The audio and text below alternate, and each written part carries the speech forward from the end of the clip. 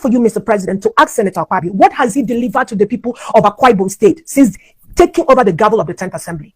Where are the federal appointments that empower real leaders, not cronies?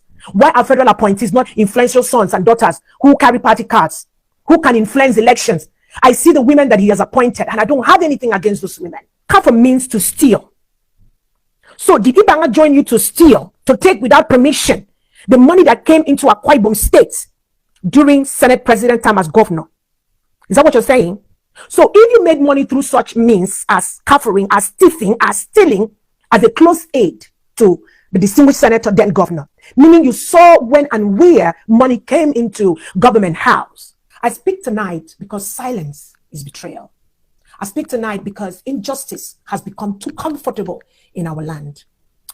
I speak not to divide, but to awaken the conscience of a sleeping nation, of a sleeping state, of people who need to get up and speak up for themselves and stop what is not supposed to be a part of democracy. For democracy is the government of the people, by the people, and for the people. I speak tonight because leadership was never meant to be domination. It was meant to be service, humility, and of course, legacy. I want to address my youths first, to my dear youth of Akwa Ibom State, those who were paid to protest against me for speaking the truth, those who marched to government house believing lies. I see you. Honestly, when I say I see you, I see you.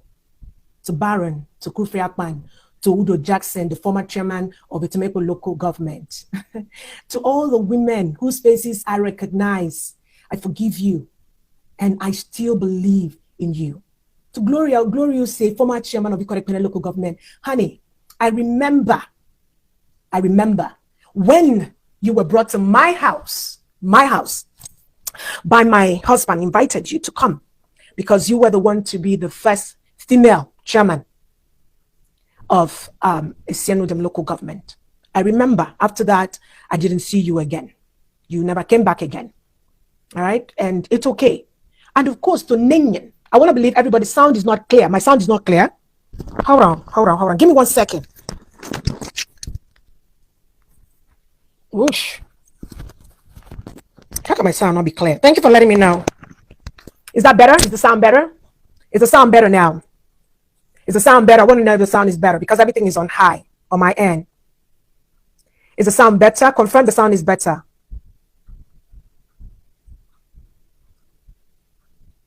Patty, how are you? Thank you so much. I remember I was talking about Gloria Usay. I want to believe that you can hear me now. And you came and that's what you were. And you became the first chairman of, thank you, sweetheart. You became the first chairman of, you call it senatorial district. But today is the same man that you go out to protest against, to say things about and all of that. And it's okay. I understand. And if it is Nenyen, the organization of Abre that I saw out there, that's not what Nenyen used to be. When I used to play Abre in my past life, that's not how we used to be. We only admitted women of integrity into the Abre society. But today it has become politicized. But I want you to hear this. The youth of Akwa Ibom State, the women of Akwa Ibom State. I know it was 5,000 naira today that you marched for, but I promise you, a time is coming when your dignity will be worth far more than 5,000 naira.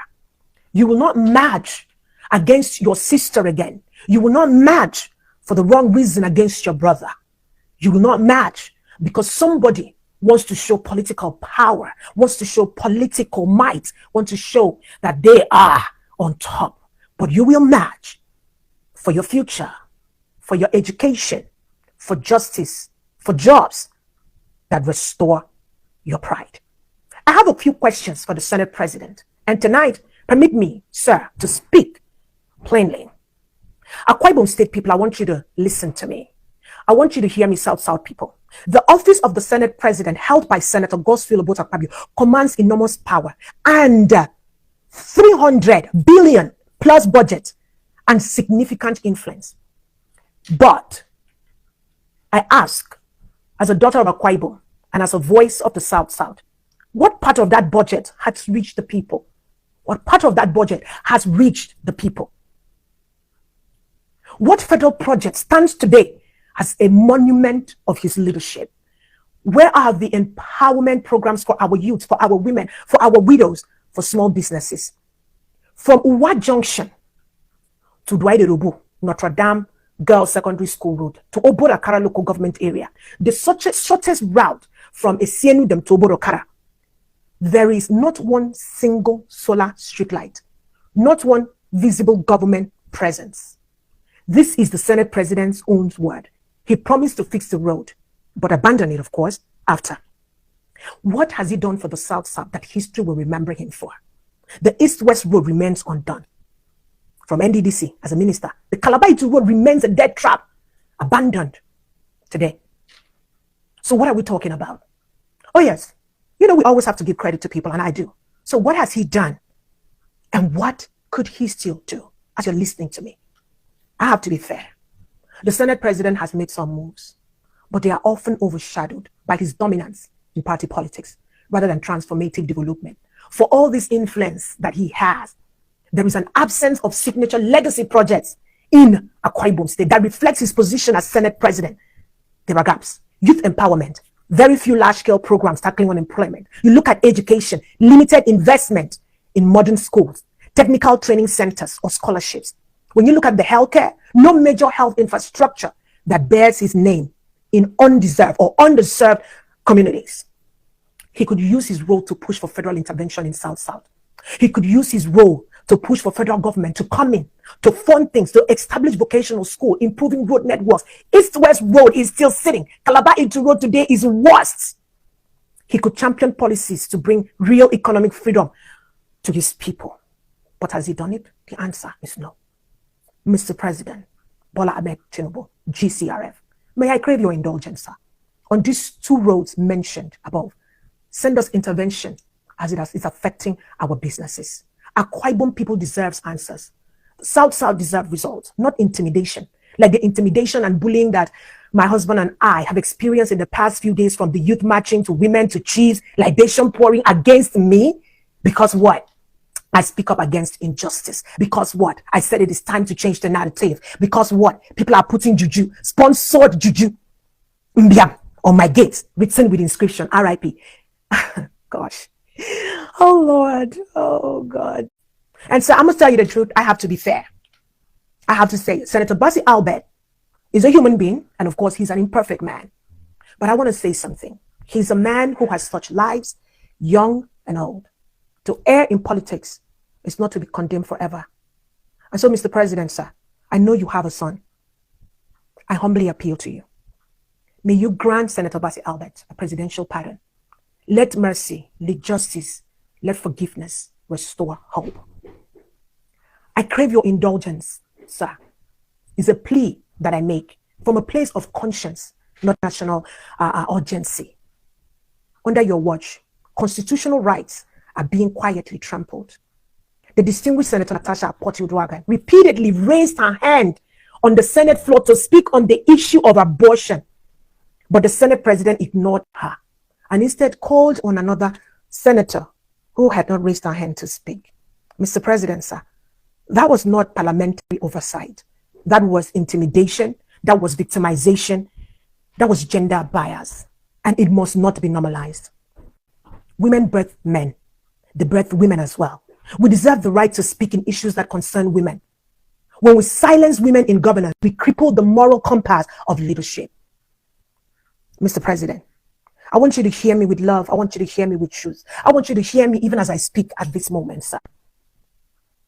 It is Governor Moino, not the Senate President, who is quietly rebuilding the APC in Akwa Ibom State. He has been reaching out to party chieftains who withdrew because of intimidation and blackmail. I have said this before. Championing the list, Senator John James Akpan-Udoidede left APC because he was so blackmailed. Obong Sima Ekere, Umano Konumana, Bone Tebe, Akanudofia, Obong and Lovina Umoefa, etc. There are so many people that left APC. These are loyal sons. They are loyal sons. They are loyal daughters of Akwa Ibom State. They once carried the torch of APC. Umoino is doing everything to bring them home again. Not with threats, but with peace. And so, Mr. President, I'm pleading with you. Protect Governor Umoino. That's the ally you have in our state. Your future political strength depends on his stability, not the Senate President's manipulation. I'd like for you, Mr. President, to ask Senator Akpabio, what has he delivered to the people of Akwa Ibom State since taking over the gavel of the 10th Assembly? Where are the federal appointments that empower real leaders, not cronies? Why are federal appointees not influential sons and daughters who carry party cards, who can influence elections? I see the women that he has appointed, and I don't have anything against those women. But I want to say this: for the next election, the people he appointed, can they canvass vote for you as president? These are the questions that you need to ask the Senate president, because everything is about himself. Everything is about himself and what he needs to take. And so we're asking for a balance in Akwa Ibom State. If one day, Mr. President, sir, you decide to reshuffle your cabinet and you have to drop Ekperikpe to replace with another person, so may I please ask that you ask the governor of Akwa Ibom State for a nomination? Or I humbly suggest that you pick out of the people that you have interacted with. Because I'm sure you've interacted with Obongsi Michael, you've interacted with John James Apanu Daidega, you've interacted with Umano Konomana. Sir, do not ask the Senate president for a nominee again, because he is looking for stooge with no voice, but who will do exactly what he says. The problem he has today with Ekperikpe, the infighting that he has with Minister Ekperikpe today, is because Ekperikpe has become wealthy, has made it in life, and has money. And so the Senate president has an issue with that. He doesn't want to see any other person and be wealthy. And I'm not lying about it. Akwa Ibom deserves leaders with human hearts, not power broker with closed fists. Protect Umoino again. Your legacy in Akwa Ibom depends not on political manipulation, but on unity and justice. This is the part that I have to say it. You know, today I had to take my time and talk. It wasn't a time for me to be all high tension, because I mean, I've given everyone high tension, but today it was a day for me to deal with issues in Akwa Ibom State, because this is me, consider me answering questions. Prince Godswill Akpabio and Right Honorable Nsentwe, the House member representing a Sienudam local government. I want you both to know, I hold no personal grudges, but I must address the Abuja drafted speeches you both read. Prince Godswill Akpabio, Honorable Prince Godswill Akpabio, House member representing Sienudam. You said that Said Banga, my husband, was part of the kitchen cabinet of Akpabio, correct?